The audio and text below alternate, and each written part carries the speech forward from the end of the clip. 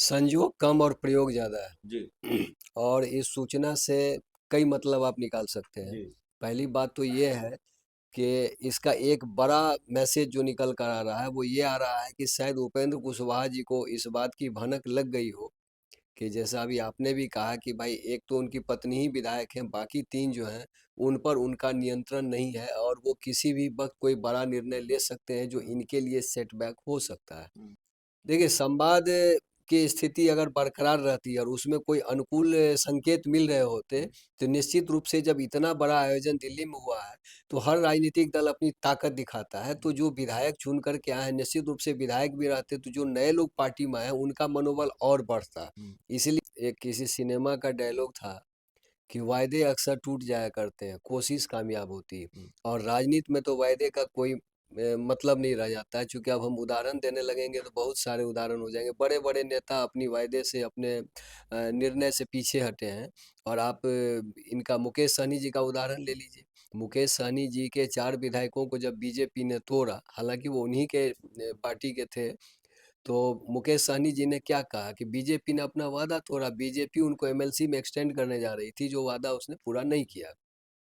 दूसरी बात है कि राजनीति में बार्गेन की बात, या आप किसी से कोई वादा करते हो उसके पूरा करने का जो एक प्रेशर होता है, वो तभी होता है जब वो नेता ताकतवर हो।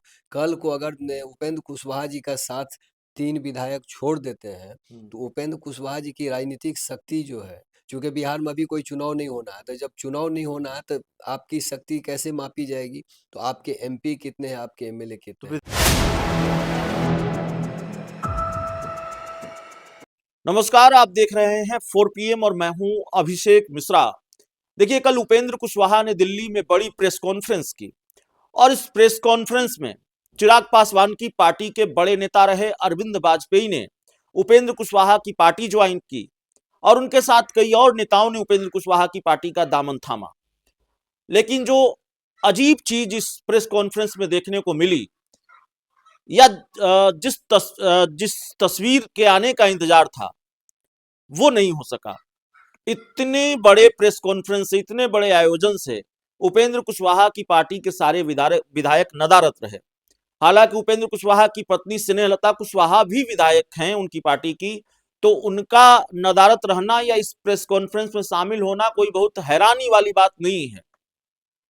लेकिन अगर माधव आनंद, रामेश्वर महतो और आलोक सिंह, ये बाकी के 3 विधायक भी इस प्रेस कॉन्फ्रेंस में शामिल नहीं हुए, तो क्या यह माना जा सकता है कि वाकई उपेंद्र कुशवाहा राजनीतिक संकट में हैं और उपेंद्र कुशवाहा के विधायक उनके साथ नहीं हैं? आखिरकार क्यों उपेंद्र कुशवाहा की पार्टी के विधायकों ने उपेंद्र कुशवाहा की प्रेस कॉन्फ्रेंस से दूरी बनाई? ये तो बड़ा अच्छा मौका था उपेंद्र कुशवाहा के लिए और उनके विधायकों के लिए भी कि इस प्रेस कॉन्फ्रेंस में शामिल होकर यह मैसेज दिया जा सकता था कि पार्टी में ऑल इज वेल है। तो ये संयोग है या प्रयोग है कि उनकी पार्टी के विधायक उनके प्रेस कॉन्फ्रेंस में शामिल नहीं होते हैं? इस पर बात करेंगे। हमारे साथ जय कृष्ण सर हैं, बिहार के सीनियर जर्नलिस्ट। सर, एक तस्वीर सामने आई थी अब से कुछ दिन पहले। उपेंद्र कुशवाहा अपनी पार्टी के सभी विधायकों के साथ तस्वीर खिंचवा रहे थे जब ये विवाद हुआ कि भाई बेटे को मंत्री बना दिया, पार्टी में सब कुछ ठीक नहीं है। तो उपेंद्र कुशवाहा ने अपने सारे विधायकों के साथ तस्वीर खिंचवाकर ये मैसेज देने की कोशिश की थी कि भाई सब कुछ ठीक है। लेकिन कल इतनी बड़ी प्रेस कॉन्फ्रेंस होती है और विधायक नदारत होते हैं। संयोग है कि प्रयोग है? संयोग कम और प्रयोग ज़्यादा जी, है।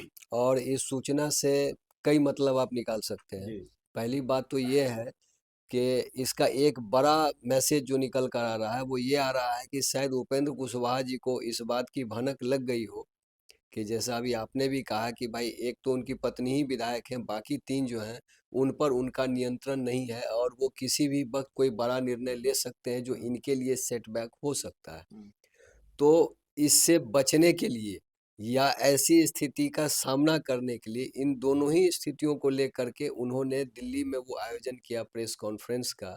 और जिसमें कई बड़े चेहरे जो हैं उनको उन्होंने अपनी पार्टी में शामिल किया, जिसमें चिराग जी की पार्टी लोजपा रामविलास के अरविंद वाजपेयी भी शामिल हैं।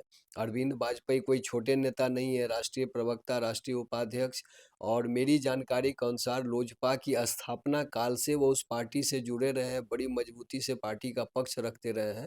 और लोजपा के संस्थापक रामविलास पासवान जी के भी बहुत करीबी नेता रहे हैं। तो एक बड़ा नाम है जो उपेंद्र कुशवाहा जी कह सकते हैं कि भाई मेरे यहाँ कोई चौबन्नी छाप लोग नहीं आए, बड़े बड़े लोग आए। तो इतने लोगों को पार्टी में शामिल करके वो अपने राजनीतिक विरोधी या वैसे लोग जो इस अवसर की ताक में है कि कुशवाहा जी को कैसे हम और नीचे ले जाएं, उनको प्लस जो विधायक नाराज चल रहे हैं या जिनके बगावत पे उतारू होने के संकेत मिल रहे हैं या कयास लगाए जा रहे हैं, उन लोगों को उन्होंने ये संदेश देने की कोशिश की होगी कि अगर ये लोग पार्टी छोड़ते हैं या दूसरे दल में चले जाते हैं, तो वैसी स्थिति में उपेंद्र कुशवाहा सरेंडर नहीं करेंगे, बल्कि एक नई लकीर खींच करके तैयारी कर रहे हैं। ठीक है, उसमें विधायक नहीं हो सकते हैं, लेकिन इन नेताओं के जरिए वो अपनी राजनीतिक यात्रा नए मिशन, नए तरीका और नई कार्य संस्कृति के साथ शुरू कर सकते हैं। मुझे लगता है कि कुल मिला जुला करके इसमें मामला यही। नहीं तो ये माने कि अगर उपेंद्र कुशवाहा की प्रेस कॉन्फ्रेंस में उपेंद्र कुशवाहा के ये 3 विधायक शामिल नहीं होते हैं, तो इसका मतलब अकेले रामेश्वर महतो नाराज नहीं है। उन्होंने अपनी नाराजगी प्रकट की सोशल मीडिया पर, लेकिन बाकी 2 विधायकों का भी यही हाल है और तीनों विधायकों का एक गुट है जो एक साथ खड़ा है इस वक्त। इसमें देखिए, रामेश्वर महतो जी की बात तो खैर अलग है। सबसे दिलचस्प बात यह है कि एक विधायक जो माधव आनंद है, वो अक्सर दिल्ली में ही होते हैं, हम्म, और उपेंद्र कुशवाहा जी के साथ जब से वो जुड़े हैं तो लगातार एक शैडो की तरह वो रहते हैं। तो हम्म, ये बाकी दो विधायक रहे न रहे, माधव आनंद जी का तो वहाँ होना बेहद जरूरी था। हम्म। लेकिन अगर वो नहीं उस कार्यक्रम में शामिल हुए, तो निश्चित रूप से ये सामान्य बात नहीं कही जा सकती है, और ऐसा माना जा सकता है कि जो दो विधायक नाराज हैं, उनके साथ नाराजगी को लेकर के माधव आनंद जी भी उन्हीं के साथ हो लिए। विधायक दल के नेता हैं माधव आनंद। लेकिन सवाल हमारा ये है कि क्या ये माना जाए कि संवाद का सिलसिला भी खत्म हो चुका है? उपेंद्र कुशवाहा का अपने विधायकों से संपर्क भी टूट चुका है, कम से कम 2 विधायक माधव आनंद, रामेश्वर महतो। देखिए, संवाद की स्थिति अगर बरकरार रहती है और उसमें कोई अनुकूल संकेत मिल रहे होते, तो निश्चित रूप से जब इतना बड़ा आयोजन दिल्ली में हुआ है, तो हर राजनीतिक दल अपनी ताकत दिखाता है। तो जो विधायक चुन करके आए हैं, निश्चित रूप से विधायक भी रहते तो जो नए लोग पार्टी में आए हैं, उनका मनोबल और बढ़ता।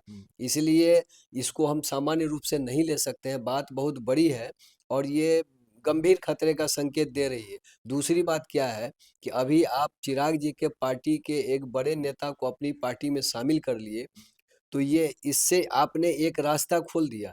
कल को अगर आपके विधायक को जदयू या कोई और पार्टी अपने दल में शामिल कर ले, तो आप कम से कम गठबंधन धर्म की दुहाई देने की स्थिति में अब नहीं होंगे। एक सवाल हमारा ये है कि अगर उपेंद्र कुशवाहा, क्योंकि घटनाक्रम अगर बदलते हैं, पल-पल घटनाक्रम बदल रहे हैं, तो घटनाक्रम के बदलने के साथ-साथ संभावनाएँ भी बदलती हैं, अलग-अलग तरह की अटकलें भी शुरू हो जाती हैं। तो भारतीय जनता पार्टी ने एक प्रॉमिस किया है उपेंद्र कुशवाहा को, उस प्रॉमिस की चर्चा अक्सर होती है और बीजेपी वो प्रॉमिस पूरा करे उपेंद्र कुशवाहा के लिए ये बहुत ज़रूरी है। एक एमएलसी की सीट बीजेपी ने प्रॉमिस की है और वो प्रॉमिस बीजेपी पूरा करेगी, तब उपेंद्र कुशवाहा के बेटे आगे मंत्री रह पाएंगे। तो सवाल ये है कि अगर विधायक टूटेंगे तो उपेंद्र कुशवाहा की बार्गेनिंग पावर क्या इतनी कमजोर हो सकती है कि भारतीय जनता पार्टी अपना प्रॉमिस तोड़ दे, बीजेपी के कोटे से उनको कोई एमएलसी की सीट भी ना मिले? एक बात तो जान लीजिए कि एक किसी सिनेमा का डायलॉग था कि वायदे अक्सर टूट जाया करते हैं, कोशिश कामयाब होती है। हम्म, और राजनीति में तो वायदे का कोई मतलब नहीं रह जाता है, क्योंकि अब हम उदाहरण देने लगेंगे तो बहुत सारे उदाहरण हो जाएंगे। बड़े बड़े नेता अपनी वायदे से, अपने निर्णय से पीछे हटे हैं। और आप इनका मुकेश सहनी जी का उदाहरण ले लीजिए। मुकेश सहनी जी के 4 विधायकों को जब बीजेपी ने तोड़ा, हालांकि वो उन्हीं के पार्टी के थे, तो मुकेश सहनी जी ने क्या कहा कि बीजेपी ने अपना वादा तोड़ा, बीजेपी उनको एमएलसी में एक्सटेंड करने जा रही थी, जो वादा उसने पूरा नहीं किया। दूसरी बात है कि राजनीति में बार्गेन की बात, या आप किसी से कोई वादा करते हो उसके पूरा करने का जो एक प्रेशर होता है, वो तभी होता है जब वो नेता ताकतवर हो। कल को अगर उपेंद्र कुशवाहा जी का साथ 3 विधायक छोड़ देते हैं, तो उपेंद्र कुशवाहा जी की राजनीतिक शक्ति जो है, चूँकि बिहार में अभी कोई चुनाव नहीं होना है, तो जब चुनाव नहीं होना है तो आपकी शक्ति कैसे मापी जाएगी? तो आपके एमपी कितने हैं, आपके एमएलए तो कितने हैं? विधायक टूटे तो बेटे का मंत्री बना रहना भी मुश्किल हो जाएगा। मुश्किल हो जाएगा, इसलिए कि बीजेपी वादा भूल जाएगी, देखिए कि अब तो ये मेरे किसी काम के ही नहीं है। चूँकि सवाल सिर्फ एमएलसी का नहीं है, सवाल फिर इनकी सदस्यता का भी है। और कुशवाहा वोट बैंक की जरूरत तो फिर चुनाव में ही है। चुनाव में है, और फिलहाल जो है खाना पूरी करने के लिए तो सम्राट चौधरी को गृह मंत्री बना के रखा ही हुआ है बीजेपी। तो बीजेपी को कोई मुश्किल नहीं है, और नीतीश जी भी बम बम हो जाएंगे कि भाई उधर से जो है कुशवाहा विधायक उनकी पार्टी में चले जाएंगे। तो अभी कुल मिला जुला करके आप देख लीजिए, तो गहरे संकट में हमको उपेंद्र कुशवाहा जी फंसते नजर आ रहे हैं। चलिए, तो हमारे साथ जयकृष्ण सर थे और जाहिर तौर पर बहुत बारीक नज़र होती है। बिहार की सियासत से जुड़े पेचीदा सवालों को हम समझने की कोशिश करते हैं। कई दशक की पत्रकारिता का अनुभव और उस अनुभव का लाभ दर्शकों को भी मिलता है। तो उपेंद्र कुशवाहा से जुड़े जो कई सवाल हैं, उसको हमने समझने की कोशिश की है। इस पूरी रिपोर्ट में इतना ही। बहुत-बहुत धन्यवाद।